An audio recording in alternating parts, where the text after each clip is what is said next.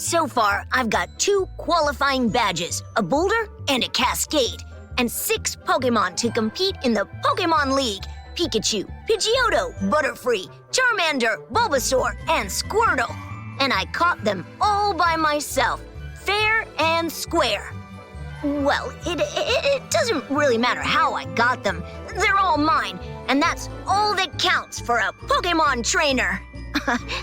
Anyway, let's listen to the podcast.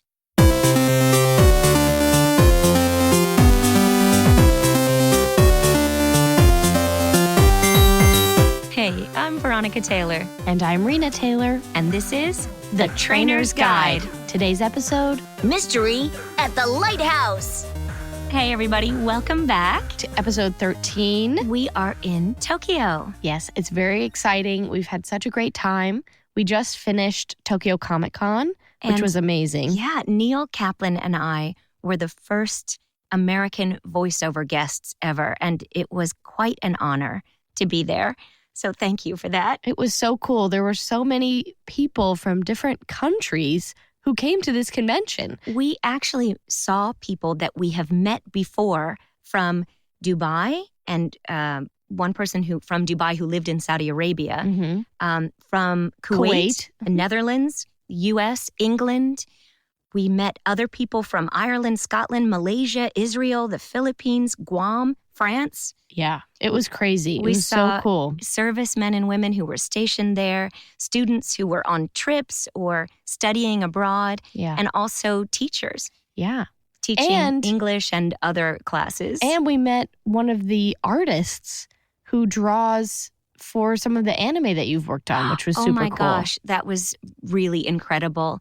It was Shin Young-soon, who does animation for Dragon Ball, One Piece, Pokémon, so many other things. It was incredible. He happened to just be wandering by, and we got to chat with him. And it was great. He was pointing at all of our prints, and he was like, I drew this, I drew that also. I draw for this, and it was just really cool. He signed my Dragon Ball print and did a sketch of Brienne de Chateau on it. So that was very exciting.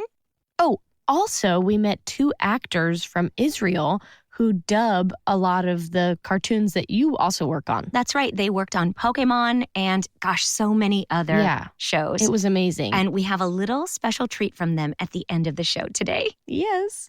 But all in all, it was just a crazy experience. Very cool to be at the convention. Very amazing just to be in Tokyo, I would say, in general. You know what struck me is that I've worked on anime projects for 25 years. And to be in Japan, where all of this was created, to be walking the streets, seeing the buildings. I mean, even the way the leaves were falling off the trees reminded me of different shows that I've been in. And it was incredible. It's just mind-blowing to actually be there. Yeah, because, I mean, that's the thing is, especially with anime, you watch it a lot, and it's just so amazing to see how much of a reflection it really is on the communities that they're based in. I know. If that makes sense. It was incredible. So it was really cool. The people were so kind and generous. We don't speak much Japanese, and people were so helpful in just helping us get by on the subway and walking around. Oh my gosh, it was incredible. We even got our palms read. And he only spoke Japanese, and we were really using Google Translate for this. So I am looking for someone to translate it, though, fully. But long story short, though, I think things look good. Yeah, our futures are bright and long, it seems like. So that's all good. All right, which is good because we have 52 episodes. I was just going to say that. We'll definitely get through season 1 for sure. Anyway, you know what's interesting is that this being, especially at Tokyo Comic Con, felt like, in a sense, a recap of all these shows that we've been to and people that we've met. And this episode begins with a recap. Yeah. As you heard from the intro, that is a verbatim, pretty much, of the beginning of this episode, where we definitely have a whole recap of what's been going on so far. I mean, we are at episode 13. So I'm wondering if, like, what the timeline was for when this because you know, in the beginning it started at 6 a.m. and you would get up and record them. And I wonder, like, when it didn't it get a little bit later? Not this early in, only 13 weeks. One episode. Oh, no, they had it was one every a day. day. That's right. Yeah, so maybe not. No, we're just 2 weeks in for what showed on TV. Basically, we're in the third week. To think about it like that. And we're hooked, aren't we? Oh my gosh, yes. So we go over all of the 2 badges that Ash has earned and the 6 Pokemon that he has caught, which Misty, of course, takes umbrage with. Right, and definitely reminds him, both she and Brock remind him that the badges were actually just given to him because the gym leaders felt sorry for Ash. And the Pokemon, he didn't actually catch any of them. They all just followed him. Which is a good thing. You want your Pokemon to follow you. Yeah, but it definitely is part of his ethos of being friends with his Pokemon. That's right. And like having a relationship with them rather than just catching them. And using them in battle to win. Which I bet Gary does. But that's a side we'll story get into there. that. Yes. Back to the Gary side quest that I want to know more about. Right.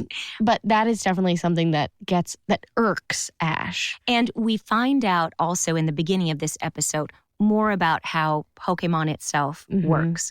How you can get as many Pokemon as you want, but they have to be stored somewhere else. You can use your Pokédex if you push the white button to send your Pokemon somewhere else. And we learn about this because Ash catches a Krabby after this conversation with Misty about all of his Pokemon following him. Right. He's upset. Yeah. And as he's upset, he finds his way, quote, out of the woods to a beach. And he's looking at the sea and a Krabby comes up to him, which I find interesting because in the very beginning, they come out of the woods, which is their inner turmoil, which he's literally having as he sits on the ground with his finger in the dust. I know. He's upset that they're picking on him, even though they're telling him the truth. And so he goes out and a Krabby comes towards him. Yeah. And they have a little like Jets and Sharks West Side Story moment where they're coming at each other on the beach. And it's very balletic and jazzy. It is. It's a jazzy moment. I'll try and post it on the Instagram it's so beautiful. You can see. I've got some catching up to do for that, for the Instagram account. But they have this moment. Ash catches the Krabby, is successful, and he's holding the Pokeball, and it literally disappears right in his hand. And so that's how we learn, like what you were saying, you can only carry 6 Pokemon at a time, and then the rest that you catch are stored at the place where you got your Pokédex, which in this case is Professor Oak's. Which we know because Ash has a sudden flashback of the traumatic moment where he got Pikachu and was shocked in his first shocking moment. Yes. So we learn about that. We're learning that, you can swap out your Pokemon with using your Pokédex. The white button. Yep. Interestingly. And also that you need 6 Pokemon to qualify to have like Pokemon battles. To compete in the league. Yeah. Right. You Which have I to didn't have know 6. about that. And you can swap out, I suppose, at any time. But we haven't gotten there yet, so I don't know all the rules. Yeah, that's true. I've conveniently forgotten all of them. Yes. So Ash wants to call Professor Oak to check on his new Krabby. But they have no idea where they are. No. Misty wants a warm bed. She doesn't want to sleep in a sleeping bag again. And Brock just wants to find out where they are. And lo and behold, Pikachu sees a lighthouse on the cliff. Yes. And Pikachu says, Pika, and they all say, Pika? Pika, and Pika? off they go. I know. This episode I really like in a way because it's very like, I don't know, there's just some funny things sprinkled in there. And I just really liked it for some reason, even though it is very descriptive and very repetitive. They show us the power of repetition. Oh my gosh. They are repetition. Just repeating things. It's repetition. They just repeat things and repeat it. That's right. So anyway, they crawl up the mountain. They get to the lighthouse. A much longer journey than anticipated. Yep. And they're let in. With this very scary door. Yeah. By a voice. A mysterious voice. They find a telephone. And Ash phones Professor Oak. Using a bell sprout to call, which I think looks a lot like an old-fashioned telephone. The kind that you pick up and hold to your ear while you're holding the other part to the stick phone. It does look like that. Anyway, But it's very futuristic because there is Professor Oak on the Yeah, screen it's another video phone. cooking. Oh my God, yes. And so anyway, long story short, we find out that Krabby's indeed okay. And Gary also caught a Krabby that's huge compared to Ash's. Yes. And Gary has caught 45 Pokemon. Already. And I think they've been on this journey for like a month. Well, we don't even know. But they say kind of like they've been on this journey. And a few other episodes they've said, well, we've been on this for like 3 weeks or something. So I'm going to assume that it's been about a month. It hasn't been that long. And Gary has caught 45 Pokemon. How does he do it? I don't know, but I do think this is a good moment to put in that you should never compare yourself to anyone else. They may seem further along on their journey, but look at all the things that Ash has already learned, and you can't. So it's not really measurable. Yeah. Yes, And you can have a lot of Pokemon, but it doesn't totally equate to the wisdom that you've gained. True. And I would say this episode is all about finding the meaning within what you do and what others do and just kind of yourself. The meaning of life and your purpose. Right. And so I do think that kind of is a great, in a sense, segue into this episode because Ash is constantly trying to think about like, he's comparing himself with Gary. All the time. Mm-hmm. And this is a good reminder that we all have different paths. Yes. And that's okay. Right. But let's get back to the person who really brings this message to fruition, which is Bill, the lighthouse keeper, who apparently, according to Professor Oak, is a great young Pokemon researcher. Right. Who could teach the gang a thing or two about Pokemon. And we first see Bill when he shows up in a Kabutops. Kabuto. Yeah, Kabuto. I've already evolved. A Kabuto costume because he's stuck in it because he likes to, which I think is fascinating. Yeah. It kind of is jokey, but the real purpose behind this is that he gets in costumes so that he can really understand the Pokemon. Right. It's a really walk a mile in someone's shoes type thing. But first of all, where does he get them? He makes them. He makes the costumes? I think he makes them. Probably. He has all that space. It's like a cathedral in there. Yeah. There's no Spirit Halloween by his lighthouse. No, there's not. And also, you know what's interesting? What if, as everyone always asks, what if the inside of a Pokeball looks a lot like the inside of this lighthouse? Because there are arches. It's gigantic in there, but it doesn't look that big on the outside. It's a little bit like the TARDIS. Wow. Isn't it? Yes. And so this is why we have this podcast, because there are big thoughts like this. But he has tons of room to put all of his costumes in, and all of the material. He probably goes out for little adventures to pick up the material and all of that kind of stuff. I'm sure when his cook is back. His cook is gone, by the way. Right. And that's why he's stuck, I think. And so is Professor Oaks, which is interesting, but has no correlation, but just interesting, I think. Yeah. Anyway, I think Bill makes his costumes, but unfortunately, there's no zipper on this Kabuto costume. There's a button. It's a button, and the arms are too short to push the button. Right. So he needs Ash's help Bill to is get stuck. out. Ash, of course, right away leaps to help. Literally up the stairs to help. He gets him out of the costume, and then Bill kind of walks us through, again, some more like just basic Pokemon 101 of what there is to learn. So we learned that there are over 150 known species of Pokemon. Right. And that he is always looking for more and looking out for them. And many have been, many more are undiscovered, and there's always going to be more to learn. And there's always something new, he says, to look for in our lives and in ourselves. Right. And there's meaning for all, Pokemon and human. And he is learning about himself through the Pokemon as he is learning about the Pokemon. Right. So during this time of his being lighthouse keeper, he has heard a mysterious sound from far away.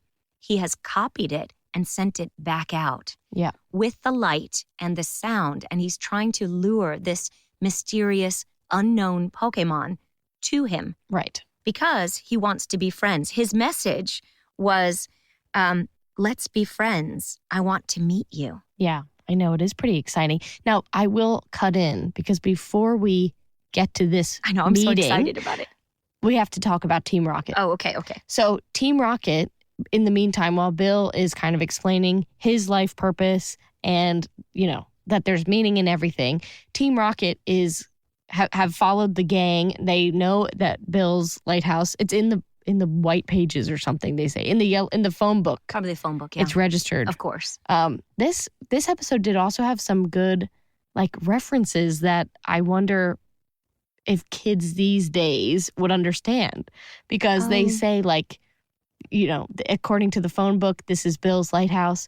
And then Ash says, oh, I know Professor Oak won't mind if I call him Collect. That's right. So Call him Collect. There's some really kind of specific things to this time in the episode, which was just interesting. That's true. So I guess everybody write in if you know what that means. Yeah. But call and collect means the charges are put to the other person, Right. that you're not paying anything on the phone call. And the yellow pages or white pages, the phone book, is what everyone used to be listed in. Mm-hmm. And now we're still listed like that online, whether you want to be or not. It's true. Yes. But so, Team Rocket, they really go in, again, a lot of repetition and description in this episode. So they go into this whole thing about being evil. And so they decide, we're going to go to the lighthouse and steal all the Pokemon that Bill has in there, which I don't think, who knows if he does. We never get to that point. But then they talk about, how are we going to get up this cliff? Are we going to go up the path or climb up the cliffside? And they say, well, we've got to take the hard way because we want to be hardened criminals. And criminals always sneak in. That's right. And so they even though they're afraid of heights, they're going to go up the cliffside. They're going to do it anyway. And they kind of talk about just being evil and just that's their purpose. Right. Which is an interesting thing. And even as they're climbing up the cliff, they wonder why go through all this trouble to be bad. And they kind of just are talking about that as they are sneaking up to ambush the group. So cut to Bill talking about these ancient Pokemon wandering because they're alone. And suddenly they hear a sound. And it turns out that the ancient Pokemon that Bill has been pining for is on its way. And it looks a little bit... We don't see it. Yeah. We just see its silhouette. Shadowy, hazy. It looks very much like a Dragonite. Yes, but gigantic. Huge. But we're not actually sure. We never actually find out what it is, but I would say it looks like a Dragonite. But it arrives and they're like, oh my gosh, this is amazing. And the sound it's making is beautiful. Very and beautiful hypnotic. Music. And also the music in this episode is really beautiful, orchestral, and it goes along with this. Like in that last episode, we had that Western music. Mm-hmm. This is ethereal and just beautiful. It's like, yes, it's like a whale song in a way. Yes. And they are captivated. They're reaching out, hoping that it will come to them, specifically to Bill. And then all of a sudden, Team Rocket, at the same time, notices it and decide to capture it. And they whip out these bazookas, cannon guns. Yes. Yeah. And start shooting at it. These giant, football type pellets. Firing it at it. And anyway, it obviously gets angry. It knocks off the top of the lighthouse. Yes. And Bill is like, stay, Pokemon, stay. He Bill says Pokemon. has a British accent Pokemon. also, by the way, which we haven't talked about. Pokemon, please stay. And the Pokemon shakes its head and turns to leave. Team Rocket are still shooting at it. And even then, James says, what does he say? Are you sure we should be doing this? Oh, do we always have to ruin everyone's plans? Even I think this is rotten. And then they're like, just keep shooting at it.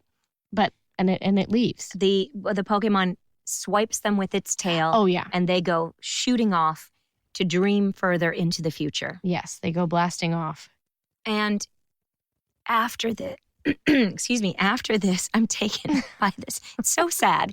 And after that, our whole gang talks about what it means to be a Pokemon trainer, what it means to respect each other and Pokemon. Ash says we all have to keep looking for and catching Pokemon, and that should help bring us all together, which I think in real life, it is. Yeah. And in that sense, they all, after this encounter, their meaning and their purpose is reaffirmed for each character in the episode. Right. So Bill is committed to being a researcher, and he decides, I'm still going to wait here and wait for this Pokemon to return, and I'll be here and I'm going to explore and learn as much as I can.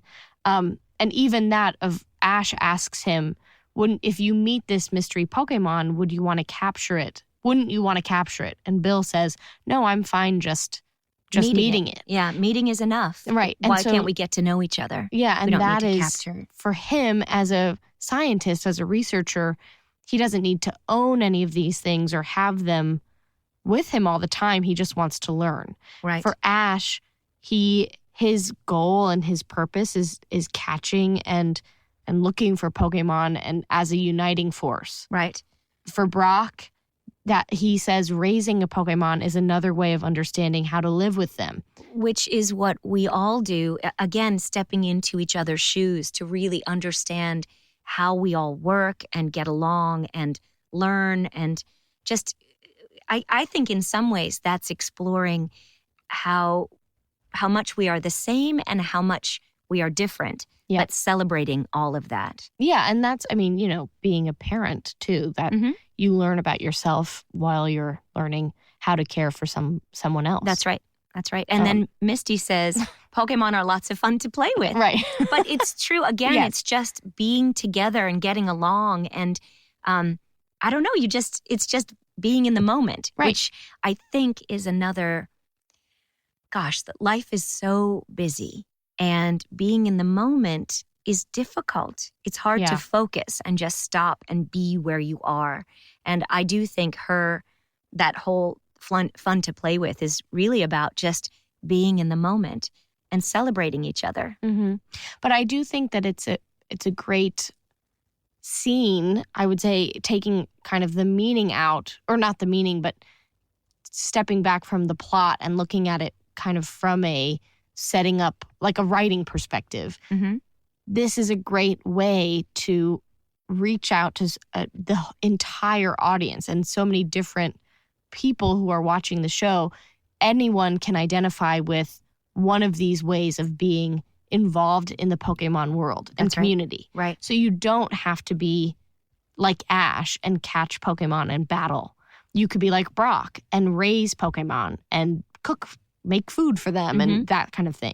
You can, I guess, be like Misty and play with them. I feel like also she's really learning to be a trainer, and she takes it from a whole different. She's more laid back about it, right? And she's supportive rather than the one who's just like, I'm going to get it all and running, and then she's just there, Yeah, she's doing her own thing. Or you could be like Bill and learn about them, research them, not kind of be involved in such a hands-on approach. You could kind of have a separation from that. Right. Or you could be like Team Rocket, who we also see at the end. They've gotten blasted off, not that far away, but they've gotten blasted off, and they decide that despite, the hardships that they just went through and all the questioning, their decision is reaffirmed, and they decide, we're going to keep being bad.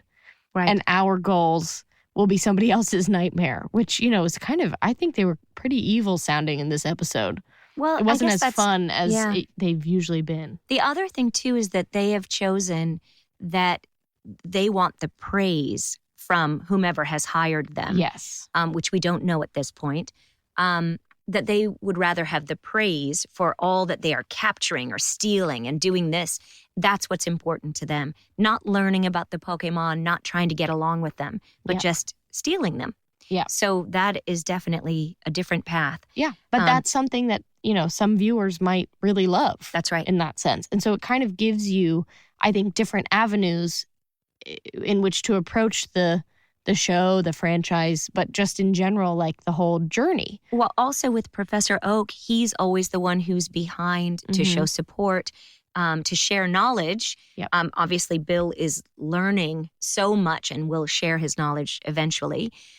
Professor Oak is the one who is there to guide you along the way. Right. And you can identify with him as well to help others reach their goals, to take care of your pet while you are traveling, or, to cook for you when you get home, that kind of thing. But that's something, and Bill at the end says, even though our paths might be different, the purpose, the end goal is the same. And I think that that's a great thing to think about in life. Yeah. Is that even though we all have different paths, different desires, different careers, different hopes and dreams, in a sense, you would hope that we all have the same end goal for, maybe that's peace on earth. I think to be our very best. Yeah, being the best you can be. Right, because through that, you can help others become their very best. Yeah. So I think ultimately that's our goal. Yes. And through our goals, we have respect, we have peace, we have support, we have all of those things. But as you learn to be your best, you affect others around you and yourself. Bill also says the more knowledge we gain, the more we realize how little we know. Yeah. And that's what keeps us curious and keeps us on the path to keep going and researching and learning and capturing and all of that adventuring that comes in to life. Yeah. And along the path of being a Pokemon trainer. And I think that especially with this specific trip that we've been on, it is a great reminder that traveling in general helps you to expand your mind. And you're always learning new things and realizing that, even though, especially with Pokemon, I mean, in Japan, there's Pokemon everywhere. We've gone to 3 Pokemon centers. We went to the Pokemon Cafe. There's Pokemon on the vending machines. It's everywhere. There's Pokemon on which is amazing. The airport. And everybody knows it. And I think that that's something, by going to conventions actually around the world, and especially in Japan where we really didn't speak the language, Pokemon is such a universal topic. And if you know Pokemon, and that's something that you've always said, that it's like a secret language. That's right. With people who know it. And so it's really amazing. And I found communicating with people, I didn't speak any Japanese, they didn't speak any English. And when they came up to the table, we could point at the prints and say, what is this Pokemon's name in Japanese? And they would say that, and I would say, oh, that's this in English. And even that was a conversation that we could have without knowing anything else about each other, where we're coming from. Yeah, it's the jumping off point. We come together to talk about something familiar, which is Pokemon. And then we find out we have so many other things in common. Yeah. And that's where the real friendships begin. Right.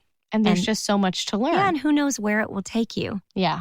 I just wanted to share a few of the Japanese English names for some of the Pokemon and characters, because I think it's so interesting. Right, okay. So we know that Ash is Satoshi. Misty is Kasumi. Mm-hmm. Brock is Takeshi, I think. Yes. Takashi. May is Haruka, which is fun. That's right. Delia, a lot of people just kept calling her Mama, but I think her real translated name is Hanako. Bulbasaur is Fushigane. Oh, Fushigidane, yep, which means mystery or miracle seed. Which is interesting. And also something that somebody said, not all the Japanese names have meaning, but it's interesting that these ones specifically do. The starters. Yeah. Charmander is Hitokage, which means fire lizard. And Squirtle is Zenigame, which means baby pond turtle. Yes. And Jigglypuff is Purin. Purin. Purin, which translates to pudding. Right. Because which is pudding so funny. is pudding. Yes. And we actually ate some pudding when we were in Japan. That specific one. But not Jigglypuff. We didn't eat Jigglypuff. It did not sing. But we did have food at the Pokemon Cafe, which was shaped like Pikachu. Yeah. And we did eat that. It was pretty fun. Yes. It was So amazing. Pikachu was rice, okay? So Yeah, just rice. Just Yeah. rice. But it was pretty awesome. But I just think, that just goes to show in the words of Bill, we all have different, different paths, but it all leads to the same thing, to the same goals. And this is the same. We all love Pokemon, but it's different. In every language and every culture, there's something different to learn about it. And I just think that, it was just super fun to learn something new about something that I think we both know a lot about. And we wanted to say to everyone in Okinawa, Yes. Ipi Nifi Debaru. Yep. And also to everyone in Japan, Arigato gozaimasu. So thank you so much to everyone who was so hospitable and kind and generous, who made such good food for us, who treated us so well and really showed us their cities, their country. Yeah. It was incredible to learn about culture and really And to just see meet your the joy. people. Yes. We talked about that a little bit last week, but I just think, people are just very joyful about the things that they're passionate about. And it was really, really amazing to see that. and to share that. Yeah. So thank you so much. It was amazing. My face hurts from smiling so much. I know. That's incredible. Well, I think this is a good time for the Poke Wrap Up. Where we hear from you, the Pokemon community. And today we have something very special. We spoke with Dor and Mia at Tokyo Comic Con. And, well, here's a little of our conversation. Hey, I'm Ash Ketchum, and today I'm here with Meowth from Israel, מיהו בדיוק. and also Nurse Joy. שלום חברים, אתם צריכים עזרה? אני כאן בשבילכם. This is really the greatest moment of my life. Can you guys introduce yourselves?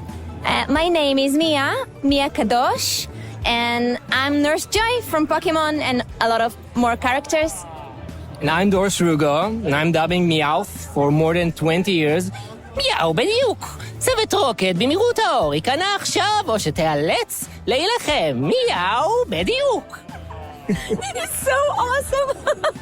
You guys are the best. Anyway, I'll include your links at the end of our podcast so everybody can follow you. Yeah. Thank you guys so much. And we met here in Japan, in Tokyo. Yeah, I can't believe you're here. Extraordinary. I can't believe you're Thank here. you so much. Thank you. It's a pleasure. Thank you so much to Mia and Dor for taking the time to chat with us. It was amazing to find out how much we have in common. We've worked on so many of the same projects.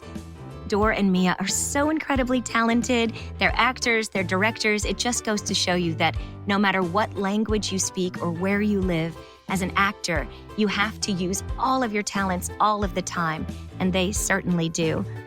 Anyway, as a reminder, we really want to hear from all of you. Yes, email us a short recording or write to us at trainersguidepod@gmail.com. Please include your first name and where you're from. Oh, and keep it short. We don't want to have to edit.